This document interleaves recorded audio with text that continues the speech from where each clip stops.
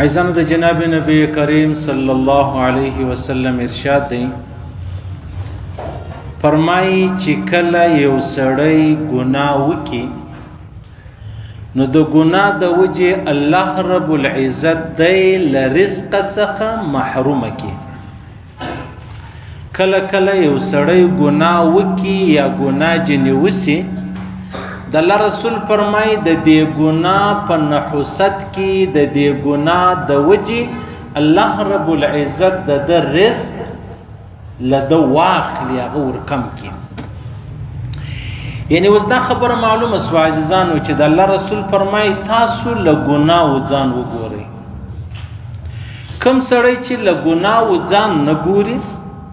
معلومه خبره ده یو الله جن ناراضه کیږي، بل خبره ده د الله د ناراضګۍ په نتیجه کې انسان جهنم ته رسیږي. صحیح سو نو لہذا کله کله موږ دا وایي چې یار زما پلانې کار داسې چپه سولو، زما پلانې کار داسې ورک سولو، زما پلانې کار داسې خراب سولو. د الله رسول فرمایي دا ستا د یوې ګناه د وجې داسې پیښه سوې ده، دا ستا د یوې ګناه د وجې داسې پیښه سوې ده. یو حدیث کې راځي پیغمبر علیه الصلاۃ والسلام فرمایي که دوه یاران سره خوابدي سو، که دوه یاران سره خوابدي سو، سلام بند سو، دوه ورونه راواخله، ملګري راواخله، انډیوالان راواخله، هغه د سکولو د کالجو د یونیورسټیو د مدرسې انډیوالان راواخله، تا سره ترخص سلو، هغه خوږوالی ختم سلو، سلام یې بند سو، تعلق یې ختم سو. د الله رسول فرمایي خامخا د یوې وجې دا تعلق شلیدلی دی. هغه وجه څه ده؟ وجه دا د ګناه یې کړې ده. یا له ما ګناه سوې ده چې له تا مې سلام بند سو، یا له تا ګناه سوې ده چې له ما دې سلام بند سو. دا د الله رسول فرمایي. یو بزرګ فرمایي وایي زه چې کله پر لارې روان یم نو ما ته سپی وغاپي، وایي زه فورا ولاړ سم دوه رکاته نفل وکړم د الله څخه معافي وغواړم چې دې سپي ما ته وغپل نو خامخا له ما ګناه چې د هغه سوې ده، خامخا له ما ګناه سوې ده. عبدالله ابن عمر رضی الله تعالی عنه پر لاره روان ولو، بیا چا ورته ویل په لاره کې زمری پروت دی، شیر پروت دی، هغه ډېر خطرناک دی. عبدالله ابن عمر ورغلی در دا غوږ یې ونیوی، غوږ یې ور وښوروئ چې زه د محمد رسول الله صحابي یم، تاوان مه رسوه، نقصان مه رسوه. وایي دغه زمری چې دی هغه د لارې څخه ولاړ سو، لیرې سو، ولاړی. صحیح سو دا چې کله د انسان د الله سره تعلق جوړ سي بیا په اور کې الله رب العزت و انسان ته نجات ورکوي. ابراهیم علیه السلام ښکاره مثال دی. دا چې کله د الله سره د سړي تعلق جوړ سي په سمندر کې الله رب العزت چاته په اوبو کې نجات ورکوي. ښکاره مثال موسی علیه السلام دی. دا خو انبیا دي. په اولیاو کې راواخه هغه ابو مسلم خولاني تېره ورځ کې ما درته ویلي وو چې داسې چا ورته ور واچوئ چې زما د نبوت اعلان به کوې، زما د نبوت اقرار به کوې، هغه دا نشي کېدلی. ورته ور واچوئ، د وره څه دغې ثابته راووتی. وجه څه ده؟ وجه دا د الله سره تعلق برابر. زموږ تر ټولو د الله سره لویه پړه دا ده چې یا الله ما ته زوی راکه، ما ته موټر راکه، ما ته کور راکه، ما ته کاروبار راکه، بیا زه لمونځ کوم. که دا شی ماته نه راکې زه لمونځ نه کوم. عام طور زنانې نه ډېرې کله کله یو پریشاني راسي، یو ستړیا راسي، یو فوتګي راسي، بیا دوی شکایتونه کوي د الله سره چې بل څوک نه و، تا خامخا زموږ پر کور دا غم راوستی، ولې دې راوستی؟ یو زوی مې و، یو ورور مې و، پلانۍ.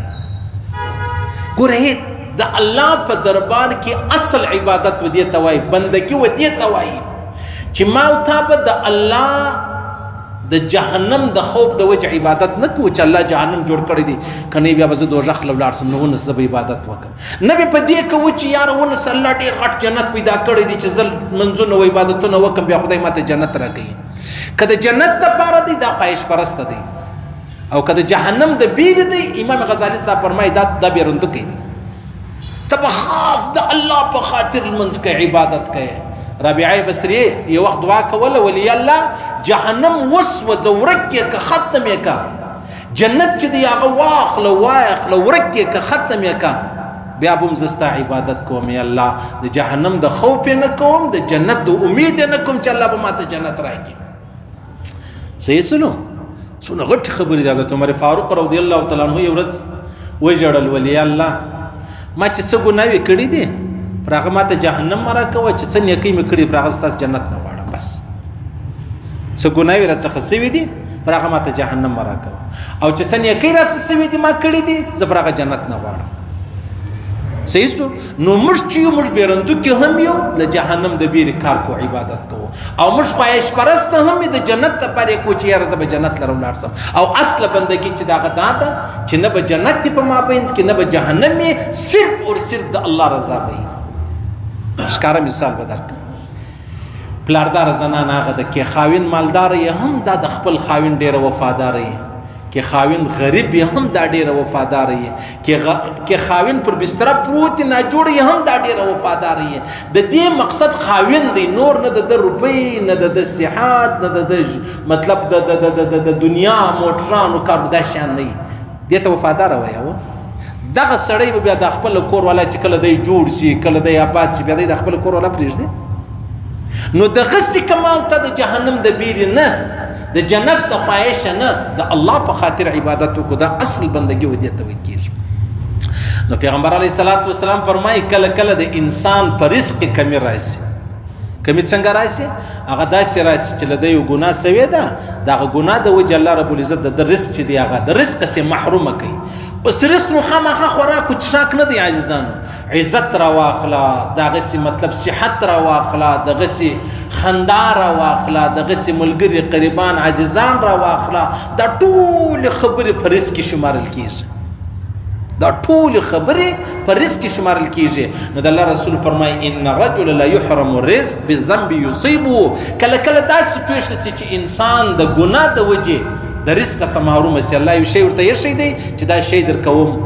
بیا یې نه کې ورولې دلته د ګناه وکړله اوس زه خو نه یم په خبر چې د دې ګناه د وجې الله رب العزت دا معامله راسره وکړه د الله رسول فرمایي و د ګناه د وجې درسره وکړه دا خبره ختمه شوه عزیزان دا بل عبدالله ابن مسعود رضی الله تعالی عنہ ډېر نازنین صحابي دی د محمد رسول الله ډېر غټ خادم و پیغمبر اسلام به هر چاته ویل اجازه به اخلي بیا به حجرې له راځي ودته ویل بغیر د اجازې راځه تا ته اجازه ده بالکل بغیر د اجازې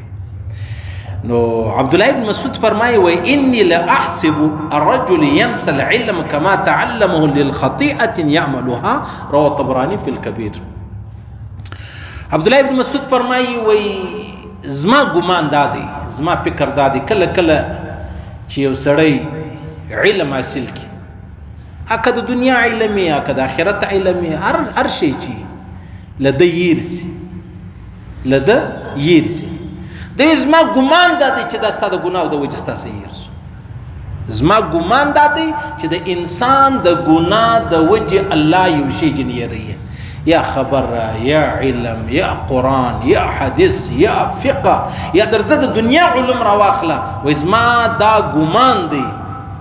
چې دغه د انسان څه چې شی یېرېږي دا د څه وجې یېرېږي دا د ګناه د وجې چې له د ګناه وسوله و ډېر مطلب داسې شته چې حافظ و قرآن یې هېر سوی عالم خپل علم ځینې پاته سوی دغسې مطلب د دنیا په حواله ډېر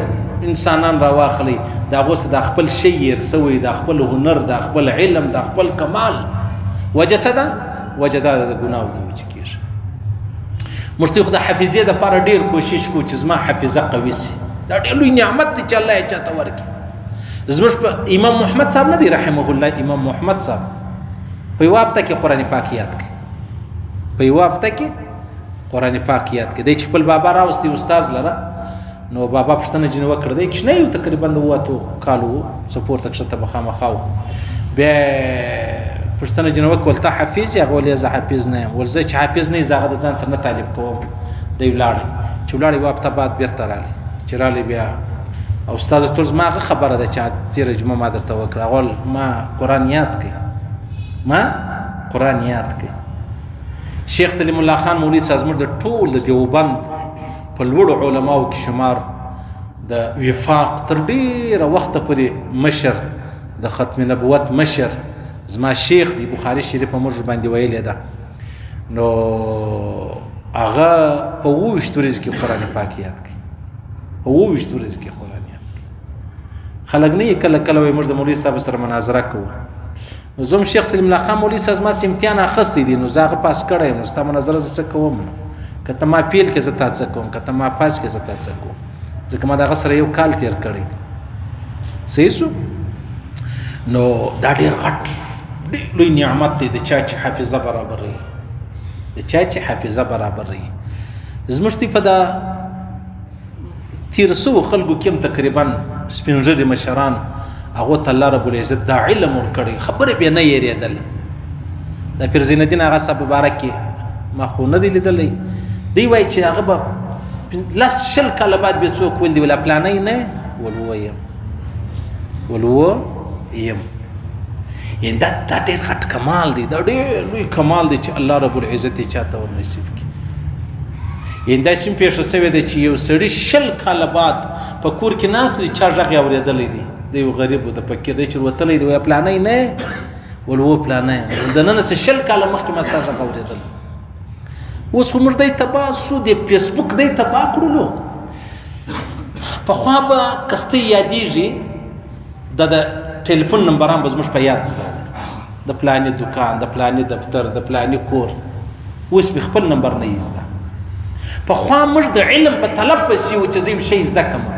بس اوس خو فیسبوک رالی بس خالي شیشه ده ورته ګوره لکه چې د سترګو څه نیام سو له دماغ هم نیام سو لکه یو شی چې سړی پرې وشتی کیاوه او هغه دیوالونه نه لري هغه څنګه تیویږي څه چیږي داسې دا زموږ د دماغو زموږ د حافظو زموږ د عقلو زموږ د فکرو دیوالونه ونړېدل چې هر شی ورواچي هغه لاندې وشه کېږي ولاړ شي دا ډېره لویه بدبختي راغله دا ډېره لویه حالانکې عجبه بله درته کوم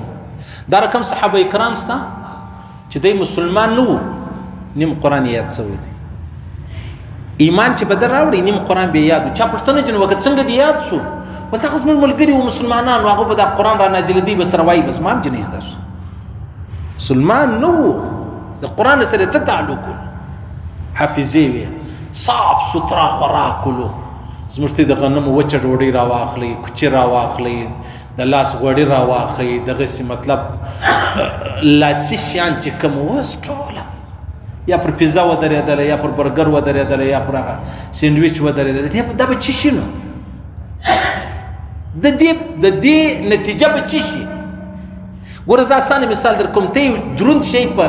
نازک سپڼسي راوځړوه یا په نازکه رسۍ راوځړوه د دې به څه انجام وي شلېږي که نه شلېږي نو که په مضبوطه شي تا دا شی راوځړوي بیا به څنګه صحیح نو زموږ دماغونه او حافظې ولاړې ختمې سولې دا خاص د دې فیسبوک برکت او هر چا چې فیسبوک کوي د هغه د حافظې خالي پوښتنه کوي نو موږ ته خو ښه خبره دا ده چې الله رب العزت د چا حافظه ورقوي کړي اوس هغه علما فرمایي که د چا حافظه قوي نه وي هغه د هر لمانځه بعد 11 واره دا وایي یا قوي یا قوي یا قوي سید مجربه نسخه ده مجربه نسخه ده خو اصل شی چې دی عزیزانو هغه دا دی چې زموږ د ګناو د وجې دا شی کېږي عبدالله ابن مسعود فرمایي که ستا شی هیر سو دا به وجه څه وي وایي زما ګمان دا دی چې دا ستا د ګناه د وجې درڅه هیر سوی دی امام شافعي صاحب رحمه الله خپل استاد لرالی حضرت د حافظې شکایت یې وکړي چې زما حافظه ډېره کمزورې ده بیا هغه ورته وویل د ګناو څه ځان ګوره د ورته ویل ما حافظه کمزورې ده ما ته یو دی وظیفه راوښیه هغه د ګناو څه ځان ګوره د ګناو او امام شافعي صاحب رحمه الله فرمایي دا دالچیني نه دی دالچیني دا زموږ دوی په ورځو کې اکثره یې کومه مثاله یې بولي پښتو کې چی بولي ورور ګرم مساله هغه توره چې په دا ورځو کې دا ګرم مساله چې سړی په خولې کې اچي بس دغه زبېښي د دې سوی حافظه چې دغه تیزیږي له دې حافظه چې دغه تیزیږي نو لهذا بیا بل علما فرمایي تی هر او داسې پر ټیم تی مسواک وغی مسواک خو سړی وایي یاره د مسواک او د حافظې څه تعلق دی سره د مسواک او د حافظې څه تعلق دی موږ ته چې کله کله ډاکټر لره ورسو ترته زما غاښ خوږېږي زما مطلب خېټه خوږېږي زما سر خوږېږي زما غوږ خوږېږي زما مطلب پلانۍ بیماري ده هغه تا ته د هغه شي دپاره دوا درکړي د معدې دوایي ورسره درکړي ترته ډاکټر صاحب زما خو نو معده نه خوږېږي نو تا د معدې دوایي چې دپاره ورسره راکړه دی درته وایي ته چې دغه شی خورې ګوندې کېدلی سي چې ستا پر معده باندې بد اثر وکړي نو دغه شی بیا ستا معده راګرځي ستا معده به نه خرابېږي. اوس خبره دا ده چې دا ما او تا د صفایي ویلي دي د خولې د پاکېدو یې ویلي دي او بیا چې دا روحاني خبره راواخلې په روحاني کې دغه خبره ده چې هغه د انسان عقل برابروي. حالانکې هغه یو ډېر غټ ډاکټر دغه یو کتاب مې وخت وایي هغه ویلی ول که د انسان فکر معلوموي چې د دی به د څنګه فکر انسان ته یې خالي باتروم وګورئ که باتروم صاف سوترا و بالکل دا به د نس د بیمارۍ سم خلاصي که باتروم سره دو بیا د بید ډېره معافي دورې چپه ورسته هغه دا به خامخا د نس بیماري هم لري. صحیح سو دا څونه غټ غټ خبرې دي. نو لہذا دالچینی خوړل مطلب په خوله کې اړول راړول امام شافعي صاحب فرمایي مسواک وهل او ګناه نه کول دا ټول شیان سره یو ځای کې به ډېره اسانه خبره جن جوړه سي. زموږ ولې هر شی یېرېږي یو خو بزرګان دي اولیاء دي الله والا دي. تنوي صاحب رحمه الله فرمایي وایي مولانا یعقوب نانوتوي دا ډېر لوی بزرګ تېر سوی زموږ د دیوبند وایي د هغه څه به کله کله خپل نوم یېرسو بیا به چاته زما نوم چیش دی زما نوم څه دی مستغرق بو مستغرق. پیغمبر علیه السلام مبارک کې وخت تهجد پر ټیم باندې عایشه صدیقه ول څوک یې ول عایشه کوم عایشه ول ابو بکر صدیق لور کوم ابو بکر صدیق ولید ابو قحافه زوی نه دی پیژنه بیا به سال منزل چې ولاړې د منزل چراله اشراق بیا وکي بیا به عائشه صدیقه پرستان جو وکي یا رسول الله نن خیر ولا کول زلت نوم زبل خاطر یعنی زما تنوي صاحب رحمه الله فرمای پیغمبر علیه السلام سجده ساوه کول مجم کو پیغمبر علیه السلام په منځ کې خطا سو دا وجه څه هغه وجه دا چې موږ د دنیا په خبرو مصروف سو په منځ کې خطا سو منځ رسېږي پیغمبر علیه السلام د اسمان په خبرو کې تللی و دوري د مځکې خبرې بجنې رسې زموږ دا فرق ده. صحیح سو نو فرمایي عبد الله بن مسعود زما ګمان دا دی چې د انسان څه شی یریږي علم یریږي قران یریږي حدیث یریږي دا د ګناه وجه ده. ګناه پرېږده بالکل به الله رب العزت بیا زموږ څه هغه شی نه یری او ګناه دومره عامه سوه ګوره ګناه کول خو ټیک دی یو ساتکی ګناه وسوله که یو سړی ګناه وهم کې په خبر نه چې دا ګناه د ما وکړله یا ګناه نه بولي دغه به څه حالي دا ما ورته چې فیسبوک راواړو په دې کې زنان یا ښځې بل یعنې دا چې د پخوا علما پخوا د دیوبند بزرګان زموږ اولیاء مشایخ ژوندي وایي هغه بویل چې د هر چا فیسبوک خلاص کړی دا حرام دی دا ناجایزه دی ځکه ته فیسبوک لره په حلاله نسې ورسېدلی تر شلو ښځو تر شلو بدنظرۍ به وځې بیا ته یې قرآن پاک را ډاونلوډولی سي. صحیح سو اوس چپه ورسته زمانه سوله ولکه دا معلومیږي چې تور کم دی سپین کم دی بس اسی خدای پاک د انسانانو شکلونه را کړي دي د محمد رسول الله د دعا په خاطر کړي محمد رسول الله دعا وکړه یا الله زما امت بزوګانو خنجران ما جوړه الله وعده ورسره وکړه لیکن عادتونه زموږ ټول د خنجرانو بزوګان زموږ ټول عادتونه هر سړی وګوره چې دا ناچیږي دا رقصیږي دا تړون دا پر روډ دا حیران به پاتې سي هغه دغه وجه ده چې عمل د سپیو د خنجرو د بزوګي دی نور نو شکل د محمد رسول الله په برکت د انسان دی. نو فرمایي چې زما انی لاحسب الرجل ينسى العلم كما تعلمه للخطيئه يعملها رواه الطبراني زما فکر دا دی چې کوم چا څه شی یرسي هغه وجه دا ده چې هغه مطلب ګناه چې دغه جنس سوی ده دغه څه ګناه چې دغه سوی ده. او بیا علما فرمایي حکیمانو دا فرمایي چې کوم سړی خوب را نه لري خوب یې نه یې پوره د هغه حافظه کمزورې کېږي حافظه یې کمزوري دا زموږ کالج یونیورسټي والا نه دي چې کوم هلک فیسبوک موبایل نه لري هغه په ټاپ نمبرانو کې راځي او چې کوم هلک یې لري هغه د روي او د 2 بجو ویښ دي د سترګې څه حالي کوچنی هلک یې هغه غټې عینکې لګولي یاره ته کوچنی بچی ستا سترګې کله خرابې سوې دا د موبایل شعاوې خو اسانه نه ده دا ماهر ډاکټران وایي چې کله موبایل استعمالوي 15 منټه تا موبایل استعمال کې 15 منټه بعد به 1 منټ موبایل ږدي خپل سترګې به مطلب خلاص وبندې کوي چې دا ستا د سترګو پرېکټس وسي یو مخ سړی ورته ګور د تبا کېږي هغه یو قرآن دی چې سړی یو مخ ورته ګوري سړی نه تباه کېږي. که نه حافظان به اوس ټول په سترګو ړانده وایي. د موبایل د سترګو ړانده مې لیدلې دي، د قرآن دې مې نه دي لیدلې چې د ډېر قرآن وایي نو لحاظه دی په سترګو ړوند شو. هغه وجه دا ده موبایل د ګناه شی دی، قرآن چې دی هغه د الله ملاقات، د الله کلام دی، د الله. نو په دې وجه باندې عزیزانو موږ تباه الله دې موږ سړي کړي، الله دې موږ سړي کړي. وعن أبي هريرة رضي الله عنه عن رسول الله صلى الله عليه وسلم قال إن العبد إذا أخطأ خطيئة نكتت في قلبه نكتة سوداء فإن هو نزع واستغفر سقلت فإن عاد زيد فيها إلى آخره. رواه ابن ماجه. د الله رسول فرمایي وای دا موږ چې کله کله زموږ څه ګناه وشي د هرې ګناه د وجې زما او ستا په زړه باندې یو تور ټکی پیدا کېږي چې ګناه راسه وسو، تور ټکی پیدا شي. بیا بله ګناه راسه وسو، بل تور ټکی پیدا شي. بله ګناه راسه وسو، اوس که ما تا توبه نه ایستله دا زما او ستا زړه کرار تورېږي. هنه پښتانه وایي په زړه تور دی، تور واوړي. بیا نه قرآن اثر ورباندې کوي، نه حدیث اثر ورباندې کوي، نه د الله ذکر اثر ورباندې کوي، نه د محمد رسول الله صلی الله علیه وسلم سنت و درود شریف اثر ورباندې کوي. دا یې زړه تک تور واوړي. صحیح شو. اوس په ما ته د خپل زړه چې دی هغه چېشته نه پرېږدو و توروالي ته بیا نه پرېږدو. ګناه راڅخه وسوه، یا الله معافرت وکړي، استغفر الله معافي غواړم. د الله رسول چې به هر چا ته وصیت کوي، چا څوک برالی ویل یا رسول الله ما ته وصیت وکړه، د الله رسول ورته وفرمایل د هرې ګناه بعد یوه نیکي خامخا کوه، د هرې ګناه بعد یوه نیکي خامخا کوه. هغه په دې وجه چې دا تا کله ګناه وکړله ستا پر زړه باندې تور داغ پیدا سو، تور ټکی پیدا سو. بیا چې کله تا نیکي وکړله او نیکي چې د هغه دا ګناه وي څه په کوي هغه میټاوي، هغه رضوي. بیا که ته راولاړ شو په خوله دې معافي وغوښتله چې یالله زه معافي غواړم، دا بیا نوره خبره سوه، دا نوره خبره. و د الله رسول فرمایي دا بل د طبراني حدیث دی، عبدالله بن مسعود فرمایي د الله رسول فرمایي وایي تاسو دا مه وایئ چې دا کشنۍ ګناه ده یاره، کشنۍ ګناه به نو اوس څنګه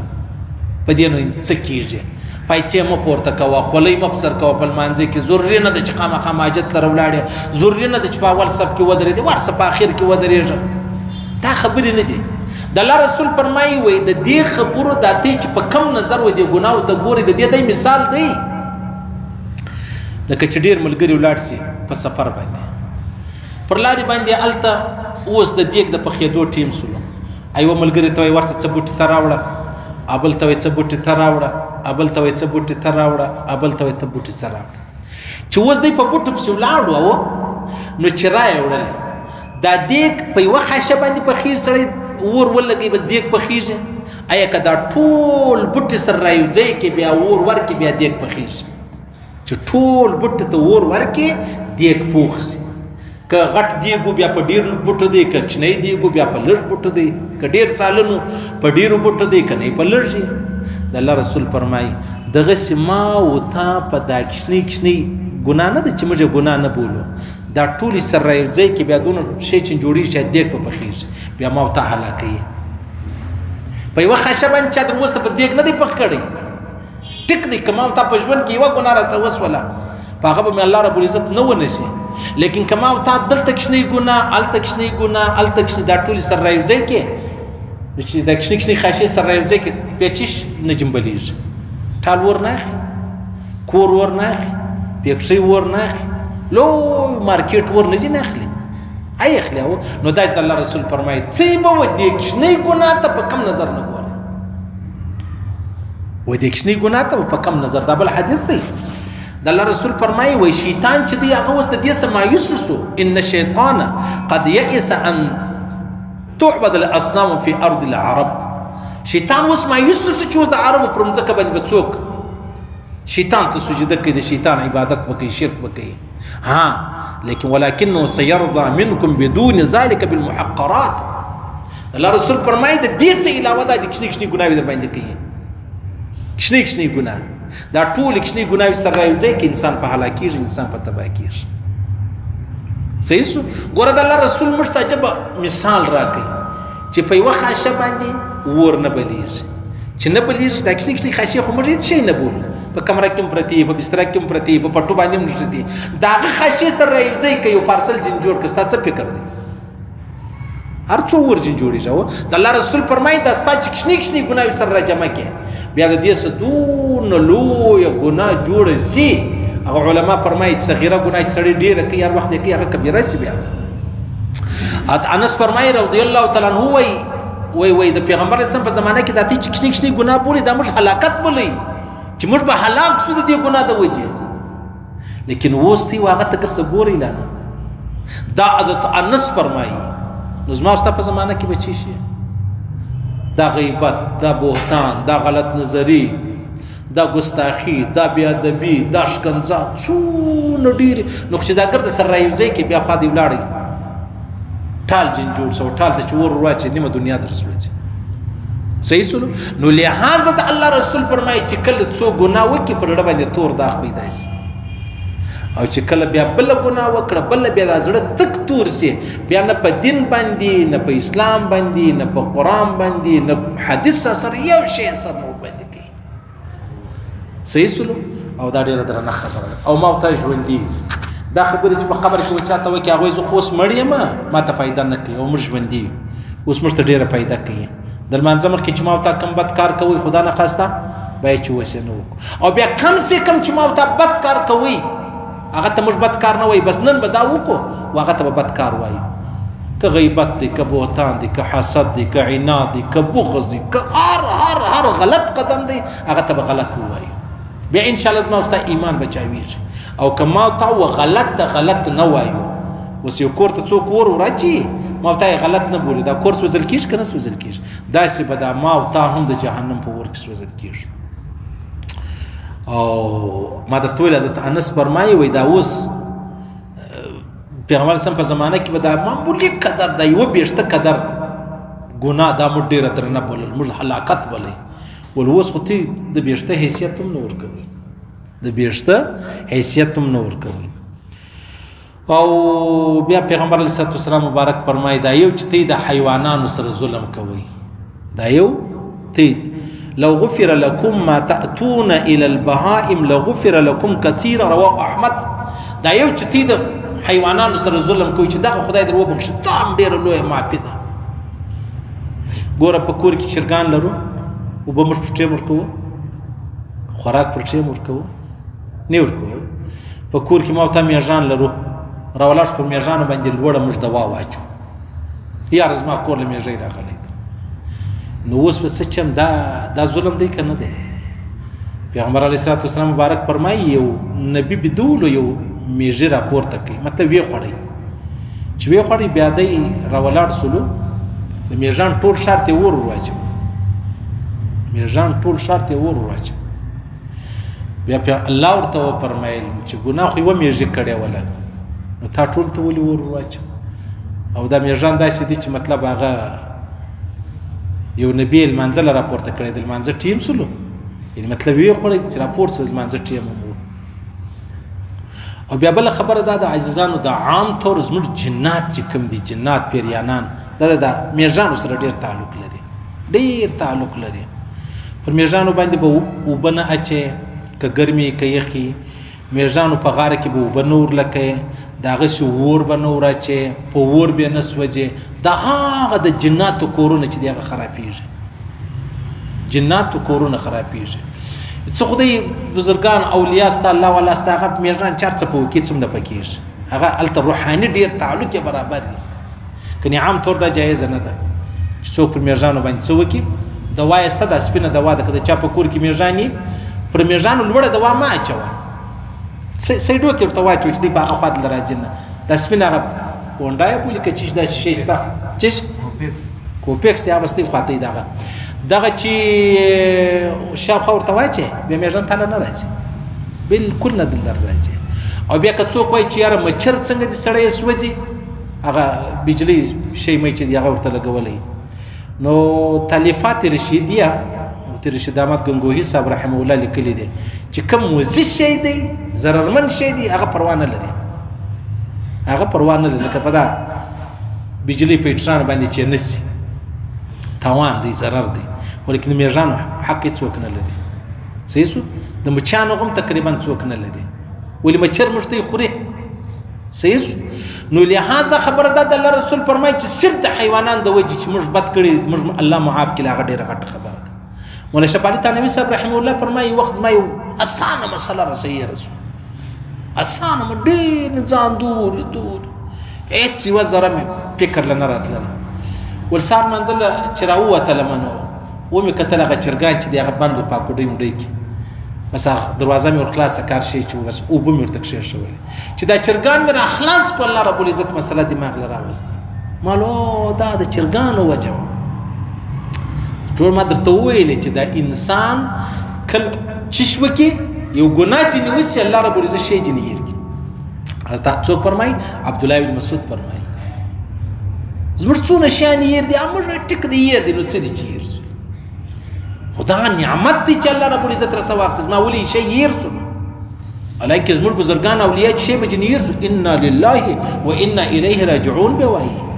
اوس خو انا لله و انا الیه راجعون د مابین زه ووتی که د چا موټر واوښتی که د چا خبر رالی د چا مور چا ویشتلی وه د چا خور یې ویشتلی وه د چا زوی یې ویشتلی و د چا پلار یې ویشتلی و څوک بسته موټران چې د هغه مطلب چا تباه کړي ولو موږ انا لله نور باندې وایي پخوا به د الله رسول فرمایي وایي چې کله دا ستا د ګوټو تسمه وشلې ده انا لله و انا الیه راجعون ووایه صحابه کرام سره ناست چراغ به بند شو مړ به شو انا لله و انا الیه راجعون پیغمبر صلی الله علیه وسلم پوښتنه وکړه یا رسول الله نو چی دی نو خو دا هم یو ګرم دی عذاب دی دا هم یو پریشانی ده چې چراغ ولې بند شو صحیح شو چونکې زموږ تعلق د هغه لوی عظیم رب سره نسته نو موږ ته مخلوق ډېر لوی معلومیږي او که زموږ د عظیم رب سره تعلق سو بیا به دا مخلوق موږ ته هېڅ کیسه ونه لري خو بس الله رب العزت خپل احکامات د جناب نبی کریم صلی الله علیه وسلم مبارک طریقې را نصیب کړي الله دې موږ ته ښه یقینونه را نصیب کړي هغه یقین دې الله را نصیب کړي چې الله او رسول کوم فرمایلی دي الله او رسول د کوم چا تعریفونه د کوم یقین تعریف کړی الله رب العزت دې موږ ته را نصیب کړي الله رب العزت دې زموږ څخه دا کلمه او ایمان نه اخلي چې څه ګناوې مې کړي دي پر ټولو د الله څخه معافي غواړو که ښکاره دي که پټ دي که لوی دي که کوچنی دي که وختي دي که ناوخته دي که هغه که په یاد دي کمې یېرې دي پر ټولو د الله څخه معافي غواړو الله دې موږ ته ټولو ته معافي وکړي الله دې ویل اورېدل قبول منظور وګرځوي الله دې خپل احکامات د جناب نبی کریم صلی الله علیه وسلم مبارک طریقې را نصیب کړي الله دې پر دې تور موږ ته مرګ راکړي چې موږ مرو دا ووایي لا اله الا الله محمد